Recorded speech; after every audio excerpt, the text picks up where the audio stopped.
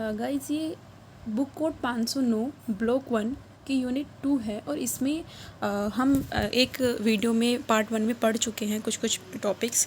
तो उस वीडियो में हमने पढ़ा इससे पहले कि जो अंग्रेज़ हैं, जो ब्रिटिशर्स हैं, वो इंडिया में कुछ डेवलपमेंट भी कर रहे हैं। वो इंडिया की मैपिंग कर रहे हैं, वो इंडिया के जो लैंड है, रिसोर्सेज है, लेंथ है, विड्थ है, इन सब का मेजरमेंट कर रहे हैं विद साइंटिफिक इंस्ट्रूमेंट्स। बट क्या वो ऐसा मतलब क्यों कर रहे हैं वो ऐसा? तो ऐसा करने का जो उनका पर्पस है वो इंडिया को डेवलप करना नहीं है, डेवलपिंग द कंट्री, हमारे देश को डेवलप करना नहीं है, बल्कि वो अपने जो उनके निजी मतलब फ़ायदे हैं उनके लिए वो ये सब कर रहे थे। और जो ये रूलर्स थे वो ऐसे मौक़ों की तलाश कर रहे थे कि उन्हें ऐसे मौके मिले, अपने मतलब ऐसी मंशा थी उनकी कि वो पूरे इंडिया पर रूल कर पाएँ। एक रूडयार्ड किपलिंग हुए, इन्होंने क्या लिखा है इन महाशय ने कि वाइट मैंस बर्डन, इन्होंने एक बुक लिखी वाइट मैंस बर्डन, और इन्होंने इसके अंदर ये जस्टिफाई किया कि जो रूल करने का जो एंटरप्राइज़ है ना वो सिर्फ गोरे लोगों का है, ठीक है। While the man should colonise and rule other nations, और इन लोगों को, इन गोरे लोगों को क्या करना है, रूल करना है, कॉलोनाइज़ करना है वर्ल्ड को, वो भी दूसरे कंट्रीज़ के बेनिफिट्स के लिए, ताकि उनको भी वो भी सिविलाइज्ड हो सकें, उनको भी रहन सहन के तरीके आ सकें, ठीक है। इस तरह से इन्होंने अपने एक स्टेटमेंट के थ्रू जस्टिफाई किया कि इम्पीरियलिज्म जो है वो एक नोबल एंटरप्राइज़ है और जिनको सिर्फ ब्रिटिशर्स को ही करना चाहिए। वो एक मैकॉले मिंटस आया 1835 में, और इन्होंने क्या लिखा है, I have no knowledge of either Sanskrit Arabic. उन्हें अरेबिक की और संस्कृत की कोई नॉलेज नहीं थी, लेकिन जितने भी लोगों से उनके कांटेक्ट हुए, जिनको अरेबिक और संस्कृत आती थी, जिनसे उन्होंने बातचीत की, ठीक है, तो उन्होंने ये पाया कि जो यूरोपियन लाइब्रेरी है, यूरोपियन लाइब्रेरी की अगर बात करें और हम पूरे अरेबिक और संस्कृत लिटरेचर की बात करें, तो यूरोपियन लाइब्रेरी की एक शेल्फ़ के अंदर जितनी बुक्स आती हैं उतनी तुच्छ नॉलेज है संस्कृत और अरेबिक की किताबों में। बाकी यूरोप का जो इतिहास है या यूरोप का जो लिटरेचर वो इतना बड़ा है कि पूरी लाइब्रेरी तो यूरोप की है, लेकिन उस लाइब्रेरी की एक शेल्फ सिर्फ अरेबिक और संस्कृत की है। मतलब, और इन्होंने ये भी बोला कि मैं जितने लोगों से मिला हूँ ना, कोई भी इस बात को डिनाई नहीं करता, ठीक है। अब जैसा कि हमने पढ़ा कि जो इंडिया में हिस्ट्री राइटिंग का जो इतिहास है वो ब्रिटिशर्स ने शुरू किया, तो क्या ब्रिटिशर्स हमारे पॉजिटिव एस्पेक्ट को दिखाएंगे? क्यों नहीं दिखाएंगे वो? क्योंकि उनका जो पर्पज़ है वो तो इंडिया को ऐसे बताना है कि इंडिया मतलब बेकार है, इंडिया में कोई उसका इतिहास ही नहीं, कोई सिविलाइजेशन ही नहीं हुई इंडिया में, इस तरह से। तो उन्होंने क्या किया, ब्रिटिशर्स ने क्या किया, अपने इंडिया के जो नेगेटिव एलिमेंट्स हैं ना उनको उभार कर इंडियन हिस्ट्री में लिखा, और ब्रिटिशर्स के जो लिटरेचर है, ब्रिटिशर्स जो एलिमेंट हैं उनको सुपीरियर दिखाया, ठीक है। और इन्होंने ऐसा क्यों किया, इन्होंने ऐसा दर्शाया कि जो ब्रिटिश रूल है ना वो इंडिया के लिए बेनिफिशियल है और जो इंडिया की परंपराएं चलती आ रही हैं वो नेगेटिव है। लेकिन कुछ इंडियंस ऐसे थे जिनके अंदर नेशनलिस्ट सेंटिमेंट्स थे, अपने राष्ट्र के लिए प्रेम था, वो लोग इस पोजीशन को कैसे स्वीकार करें? तो उन लोगों ने क्या किया, अब इंडिया की हिस्ट्री अपने तरीके से, अपनी कलम से लिखना शुरू कर दिया। अब इसमें एक एग्जाम्पल इन्होंने दिया कि अगर हम 1857 की क्रांति की बात करें, अगर हम ब्रिटिश का इतिहास देखें तो ब्रिटिशर्स कहते हुए एक सिपोय म्यूटिनी है, यानी एक सैनिक विद्रोह है। जबकि अगर हम इंडियन की हिस्ट्री देखें, जो इंडियन के थ्रू लिखी हुई हैं, उसमें 1857 के विद्रोह को दर्शाया गया है कि वो फर्स्ट वॉर ऑफ इंडिपेंडेंस है, कि भारत की प्रथम स्वतंत्रता संग्राम है। तो कितना डिफरेंस आ जाता है इन दोनों चीज़ों में कि ब्रिटिशर्स लिख रहे हैं तो ब्रिटिशर्स उसको सैनिक विद्रोह बता रहे हैं, बर्बरता बता रहे हैं, लेकिन अगर उसको इंडियन लिख रहे हैं तो उसको फर्स्ट वॉर ऑफ इंडिपेंडेंस का दर्जा दे रहे हैं। तो इस तरह से वो लोग क्या कर रहे थे, भेदभाव कर रहे थे। स्वामी विवेकानंद ऐसे प्रथम व्यक्ति हुए जिन्होंने इस बात की आवश्यकता पर जोर दिया कि जो इंडियन नेशनल हिस्ट्री है उसको अपनी आँखों से देखे। मतलब जो अंग्रेज़ों ने लिख दिया उस चीज़ को ही पढ़ रहे थे हम लोग, लेकिन स्वामी विवेकानंद ने प्रकाश डाला कि हमें अपने देश की जो हिस्ट्री है, नेशनल हिस्ट्री है, उसको अपनी आँखों से देखने का प्रयास करना चाहिए। और इन्होंने ऑब्ज़र्व किया, क्या ऑब्ज़र्व किया कि जो histories of our country written by English writers, कि जो इंग्लिश राइटर्स जो इंडिया की हिस्ट्री लिख रहे हैं वो हमारे माइंड्स को क्या कर रहे हैं, वीक कर रहे हैं। फॉर दे हो गया, ठीक है। नेक्स्ट है हमारा जो ये ब्रिटिश राइटर्स है ना, नेशनलिस्ट ने, जो हमारे राष्ट्र प्रेमी थे, इन्होंने फील किया कि ब्रिटिश राइटर्स इंडिया की हिस्ट्री को कुछ इस तरीके से पेश कर रहे हैं कि जैसे उन्होंने दिखाया कि इंडिया में बाहर से बहुत सारे आक्रमण हुए, फॉरेन इन्वेशंस हुए, उन चीज़ों के, या फिर जो हमारी सोसाइटी के नेगेटिव इम्प्लीमेंट्स थे लाइक कास्ट सिस्टम, इनको उभार उभार कर दिखाया। अनटचेबिलिटी की जो प्रैक्टिस होती थी इंडिया में उसको उभार के दिखाया। मतलब इस तरह से इन्होंने जो यूज़ है संस्कृत का उसको तो दिखाया ही नहीं, तो भूल ही गए उसको, उस चीज़ को। तो ब्रिटिश राइटर्स ने नेगेटिव इम्प्लीमेंट्स को खूब लिखा इंडियन हिस्ट्री में, और वो लोग भूल गए ये इंडिया के पॉजिटिव एस्पेक्ट को दिखाना। जैसे कि इन लोगों ने, ब्रिटिश राइटर्स ने कभी ये नहीं दिखाया भारत में, भाई भारत की भूमि इस तरह की थी, विदेशी उसमें आकर्षित होते थे, विदेशी आक्रमण करते थे, लेकिन भारतीयों ने किस तरह से इन आक्रमणों को रेसिस्ट किया, किस तरह से इनको रोका, दबाया, इसको वो लिखना भूल ही गए। और जो हमारी सोसाइटी की जो स्ट्रेंथ है, विटेलिटी है, उसको वो लिखना भूल ही गए। संस्कृत जो है वो जननी है सारी लैंग्वेजेस की, और उस टाइम पे बिगेस्ट, सबसे बेस्ट लिंगुआ फ्रेंका थी, यानी कम्युनिकेशन की भाषा थी, और सालों तक, 1000 ऑफ ईयर्स तक रही। इसकी, संस्कृत की इम्पोर्टेंस को दिखाना वो लोग भूल ही गए। तो उन लोगों ने क्या किया, इस तरह से चीज़ों को, हमारी जो बेस्ट चीज़ें हैं उनको लिखा ही नहीं इंडियन हिस्ट्री में। अब इसी की दौड़ में जो बंकिम चंद्र चटर्जी हैं, वो एक ऑफिसर थे ब्रिटिश गवर्नमेंट के अंदर, और इन्होंने स्ट्रांगली एडवोकेट किया था इंडिया के कल्चर को, इंडिया की हिस्ट्री को रिवाइव करने के लिए। और इसी के चलते इन्होंने वंदे मातरम लिखा, और वंदे मातरम एक मतलब बहुत एक इम्पॉर्टेंट पॉइंट साबित हुआ इंडियन नेशनलिज्म में, मतलब राष्ट्रवाद में, भारतीय राष्ट्रवाद में। अब इसी के साथ कुछ लीडर्स थे जिन्होंने सोशल डेवलपमेंट के मॉडल्स पेश किए। जैसे गोखले ने डिमांड करी थी यूनिवर्सल एलिमेंट्री एजुकेशन की हमारे देश में। महाराजा सियाजीराव गायकवाड़ हुए जो बड़ौदा के थे, और इन्होंने बोला कि मेरा जो राज्य है उसमें आप कंपलसरी एलिमेंट्री एजुकेशन करिए, अंग्रेजों को इन्होंने बोला। महात्मा गांधी ने तो बेसिक एजुकेशन का कॉन्सेप्ट ही दे दिया। तो इस तरह की एजुकेशनल इंस्टीट्यूशंस को स्थापित करके हमारे नेशनलिस्ट चाहते थे कि हम अपने स्टूडेंट्स को इस तरह से काबिल बनाएं कि वो अपने देश को समझ पाएं, अपने देश पर प्राउड कर पाएं, अपनी डेस्टिनी को खुद लिख पाएं, डिज़ाइन कर पाएं अपने तकदीर को, ठीक है।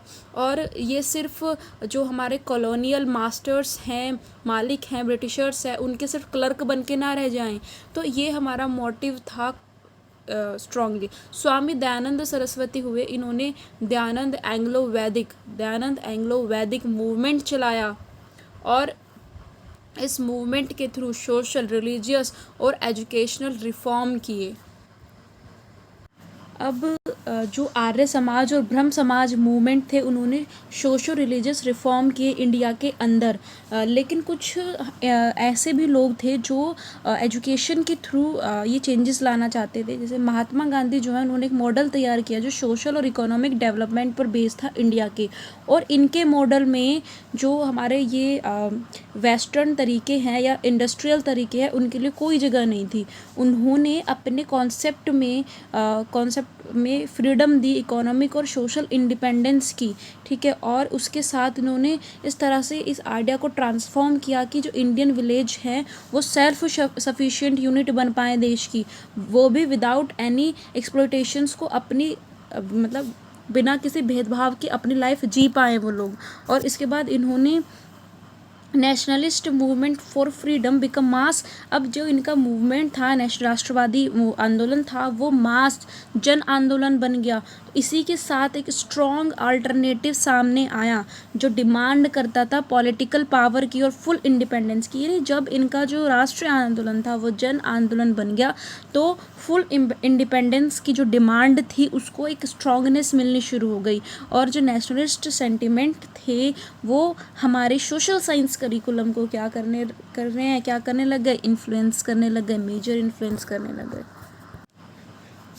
हमारा नेक्स्ट टॉपिक है the evolution of post independence social science curriculum. कि अभी तक तो हम इंडिपेंडेंस और ब्रिटिश एरा की बात कर रहे थे, but post independence social science का करिकुलम कैसे इवॉल्व हुआ। देखो भाई, अगर हमें आज़ादी मिली तो आज़ादी अपने साथ बहुत सारे रिस्पॉन्सिबिलिटी लेकर आई। क्या रिस्पॉन्सिबिलिटी लेकर आई? हम आज़ाद हुए तो अब हमें अपने जितने भी इश्यूज़ थे, चाहे वो एक्सटर्नल अफेयर हो चाहे वो इंटरनल अफेयर हो, हमें उन सभी को अपने आप मैनेज करना था। हमें अपनी जो नॉलेज है उसको खुद क्रिएट करना था, सेल्फ गवर्न हमें अपने देश को बनाना था, स्किल बेस्ड लोगों को बनाना था, न्यू डेमोक्रेसी हमें बनानी थी, हमें नया एजुकेशन सिस्टम डिज़ाइन करना था। तो इस तरह की चुनौतियाँ आई इंडिपेंडेंस के साथ। जैसा कि हम सभी को पता है कि इंडिया की जो इंडिपेंडेंस है वो प्रोलॉन्ग यानी बहुत लंबे संघर्ष के बाद हमें प्राप्त हुई। तो जो हमारी वैल्यूज़ है, the values that guide India's freedom struggle, the ideal for a new democracy, जिन मूल्यों के द्वारा हमें फ्रीडम प्राप्त हुई उन्हीं मूल्यों को हमने मतलब उनकी अभिव्यक्ति की किसमें, अपने कॉन्स्टिट्यूशन में, अपने संविधान में। और these ideas creating a just egalitarian society, समतावादी सोसाइटी की स्थापना करी इन्हीं मूल्यों के द्वारा, जैसे कि liberty, equality, justice, fraternity come into direct conflict with many of India's long held working relationship of domination. यानी पहले जो डोमिनेट हो रहा था, सबऑर्डिनेट जेंडर परसेप्शन या फिर कॉलोनियल एक्सपीरियंस जो थे, इन सब को हमने पीछे छोड़कर फ्रेटर्निटी, लिबर्टी, भाईचारा, इन जस्टिस, न्याय और समानता, इन सभी मूल्यों को हमने क्या करा, अपने संविधान में जगह दी। अब हम सभी को ये पता है कि जो इंडिया को इंडिपेंडेंस तो मिली लेकिन वो पेनफुल पार्टीशन के साथ मिली, और जब पार्टीशन हुआ तो बहुत ज़्यादा मात्रा में लोगों की जनसंहार हुआ, बहुत दंगे हुए, वायलेंट दंगे हुए, और इसी के थ्रू जो हमारे कमज़ोर कहीं रिश्ते, जो हमारी कम्युनल रिलेशंस थे, हमारे सांप्रदायिक संबंध थे, वो जो कमज़ोर हो रहे थे ना, उन पर एक दाग लग गया कि क्योंकि हिंदू मुस्लिम से लड़े, उसमें मुस्लिम सिखों से लड़े, इस तरह से बहुत दंगे हुए, बहुत ज़्यादा लोग मारे गए तो ये एक दाग बनकर रह गया। इन सभी को देखकर अगर हमें इन सभी को फेस करना है, India resolve to impart its children necessary skills to पार्टिस। अब इन्हीं सब चीज़ों को देखकर इंडिया ने मतलब ऐसे तय किया कि वो अपने बच्चों में इस तरह की स्किल्स को इम्पार्ट करेगी कि जो बच्चे हैं वो डेमोक्रेटिक फंक्शनिंग में पार्टिसिपेट कर पाएँ, उनके अंदर लीडरशिप क्वालिटीज़ आ पाएँ और वो इनकलकेट कर पाएँ ऐसी वैल्यूज़ को जो सोशल ऑर्डर में काम आए। अब यूनिवर्सल एजुकेशन कमीशन आज़ादी के तुरंत बाद बैठा दी, 1947 में आज़ाद हुए, 1948 में ये कमीशन बैठा दी, और इस कमीशन में रिकमेंड किया गया कि हम इस स्टूडेंट्स को सोशल फ़िलोसफी इस तरह से सिखाएं, इस तरह से उनके माइंड में हम इक्वेंट करें कि वो लोग सोशल, एजुकेशनल और इकोनॉमिक इंस्टीट्यूशंस को गवर्न कर पाएँ। उसके बाद सेकेंडरी एजुकेशन कमीशन ने भी सेम चीज़ को रिपीट किया, और उसने बोला कि हम डेमोक्रेटिक सिटीजनशिप और लीडरशिप को डेवलप कर पाएँ, इस तरह की एजुकेशन, इस तरह की वैल्यू हम बच्चों को दें। फिर इंडियन एजुकेशन कमीशन आई 1964 में, और इसने एजुकेशनल रिवॉल्यूशन की नीड को महसूस किया कि एक शैक्षिक क्रांति की आवश्यकता है, an internal transformation to relate education to the life needs and aspirants of the nation. कि हमें एक ऐसी एजुकेशन देनी चाहिए बच्चों को जो बच्चे की नीड को, उसके एस्पिरेशन को, किसी राष्ट्र के एस्पिरेशन को, उसकी आवश्यकता को महसूस कर पाएँ बच्चे। रिकमेंड करा 1946 में कि सोशल और national integration, cultivation social, moral, spiritual values, ये हमारी शिक्षा का गोल होना चाहिए कि हम बच्चों को नेशनल एकता, एक राष्ट्रवादी एकता या फिर एक सामाजिक एकता, उनके अंदर मोरल, स्पिरिचुअल वैल्यूज़ को हम ला पाएँ, हमारी शिक्षा का ये गोल होना चाहिए। फिर 1986 की अगर हम बात करें तो इस पॉलिसी ने रिफ्लेक्ट करा national system for education will be based on national curriculum, कि एक नेशनल करिकुलम होना चाहिए और उस नेशनल करिकुलम को सारे लोग, सारे देश में उसको फॉलो करा जाना चाहिए। उसी के साथ कुछ उनको छूट दी गई, यानी कुछ काफ़ी हद तक वो क्या हुआ, फ्लेक्सिबल बना दिया गया उसको। ठीक है, वो उसको बोला कि चलो भाई हम फ्लेक्सिबिलिटी भी दे रहे हैं आप लोगों को।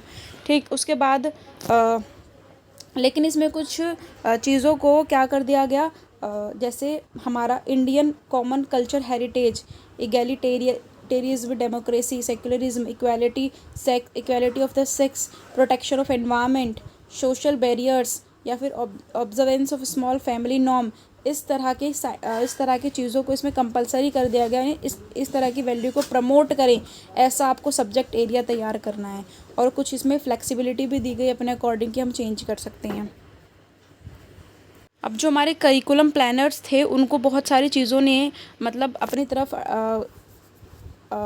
आकर्षित किया। कुछ प्रॉब्लम्स, कुछ इश्यूज ऐसे थे जैसे कि जो हमारा इंडिपेंडेंट नेशन इंडिया है उसने बहुत सारी प्रॉब्लम को फेस करा, जैसे poverty, literacy, backwardness, social and communal divide.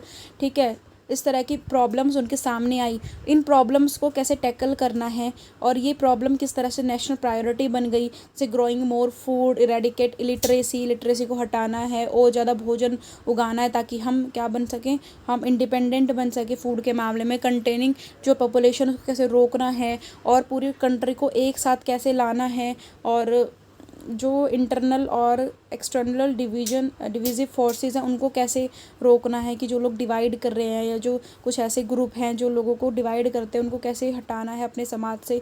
तो ये जो मुद्दे हैं ये सोशल साइंस के जो करिकुलम प्लानर्स थे उनके दिमाग में ये सब मुद्दे चलने लग गए और कहीं ना कहीं पार्ट बन गए हमारी सोशल साइंस करिकुलम का।